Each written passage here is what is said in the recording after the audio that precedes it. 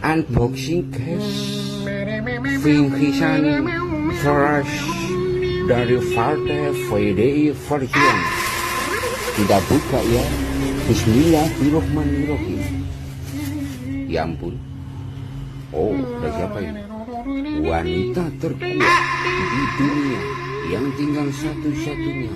Jadi ya nggak tahu kok tanyanya sama saya. Oh, ada minyak nih, setengah liter. Paling 7.000. Oh, buat makan ini, mie 2.500. Ada dua, 5.000 sama 7.000, 12.000. Ini ada Berasnya ini 2 kilo 15.000. Totalnya ini 27.000. Ini kreseknya ini lumayan ini buat jilbab. Paling 3.000. Lepas totalnya 30.000 guys. Buat jilbab nih. Satu waktu saya habis ceramah di Padang Sidempuan, Sumatera Utara.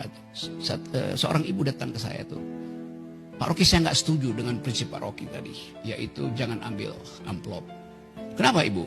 Begini Pak Rocky, 50.000 itu bagi Pak Rocky itu satu cangkir kopi di kafe di Jakarta. Tapi bagi saya 50.000 itu 1 minggu uang untuk beli susu bayi saya. Jadi kita lihat betapa itu real di masyarakat. Memang secara normatif dia bilang jangan lakukan money politik. Tapi bagi dia kalkulasinya adalah real. Dan itu yang dimanfaatkan oleh pemerintah. Miskinkan rakyat, siram dengan BLT, panggil lembaga survei, naik approval tingkat penerimaan Jokowi. Karena baru disiram BLT. Jadi memang ini negeri jahat sebetulnya. Sementara mereka yang terlibat dalam BLBI, sekarang kita nggak tahu ada di mana mereka itu. Bagian langsung investasi di IKN. Jadi di Indonesia itu bukan hanya ada kemiskinan, tapi proses pemiskinan. Melalui bocornya simpul di Undang-Undang Dasar. Nah, ini nanti dibuatlah undang-undang, maka aset-aset itu menjadi dijuali. Kita terasa kan pekerjaan sulit, begini. Tapi kita tidak tahu kenapa ini begini. Kadang-kadang ada pemuda penampilan meyakinkan, tapi rokok tetap eceran. HP-nya 3, pulsanya tidak ada. Jadi gaya-gaya kok kenapa? Pekerjaan tidak ada, itu outsourcing banyak sekali, pengangguran luar biasa, dan ekonomi ini menyentral. Sehingga dikuasai oleh ekonomi kuat Indonesia plus ekonomi kuat Aceh. Politik ini diliberalkan begitu rupa, sehingga pemimpin ini tidak sambung lagi dengan rakyat. Sehingga kalau sampai milih, itu tidak bisa nitip apa-apa kepada yang dipilih pun juga tidak pernah ingat siapa yang milih. Maka banyak undang-undang yang dijual, harganya segini. Nah, kenapa saya ngomong ini? Karena ini adalah tempat untuk berlindungnya umat ini semua. Nah, kalau undang-undang sini jebol setiap hari, kita ini kan seperti menahan banjir tapi dihilir. Sementara hulunya terus ngirim banjir. Ada 21 undang-undang yang menjual Indonesia itu hasil. Undang-undang tambang tanah air, undang-undang tentang penyewaan lahan. Dan partai-partai itu sekarang kenapa begitu transaksional? Begitu semuanya harus dihitung dengan uang, yang menyangkut masalah kesejahteraan umat, ketidakadilan dan sebagainya, itu juga bicara. Kenapa saya ingin begitu? Karena yang lain-lain itu sudah ruhul jihadnya sudah menurun terus. Ada apa-apa itu diem saja. Alasannya istiqomah. Jadi Nahdlatul Ulama itu kan bangkit, kok berubah menjadi Sukutul Ulama, itu bagaimana? Sebentar lagi Naumul Ulama. Nah ini umat kita kan menjadi Ashabul Kahfi semua. Saya waktu jadi ketua MT saya jaga betul, jangan sampai robek. Begitu saya tidak ada, udah semua masuk. Sempat saya pelajari, saya sangat beruntung bersama dengan yang pernah di pemerintahan. Karena selama saya di pemerintahan, apa yang saya pelajari sebelumnya itu saya hadapi sendiri.